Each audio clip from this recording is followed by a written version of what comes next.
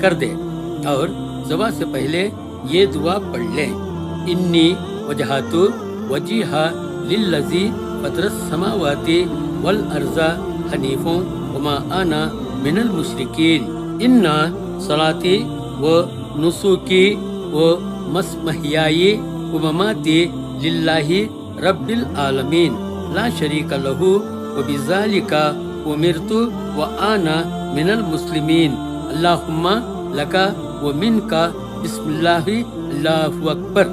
دعا ختم کرتے ہی چھری چلا دے۔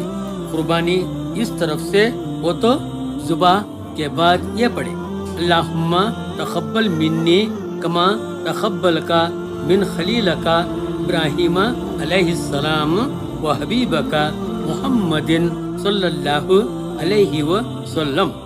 ذبح میں چاروں رگیں کٹیں یا کم سے کم 3، اس سے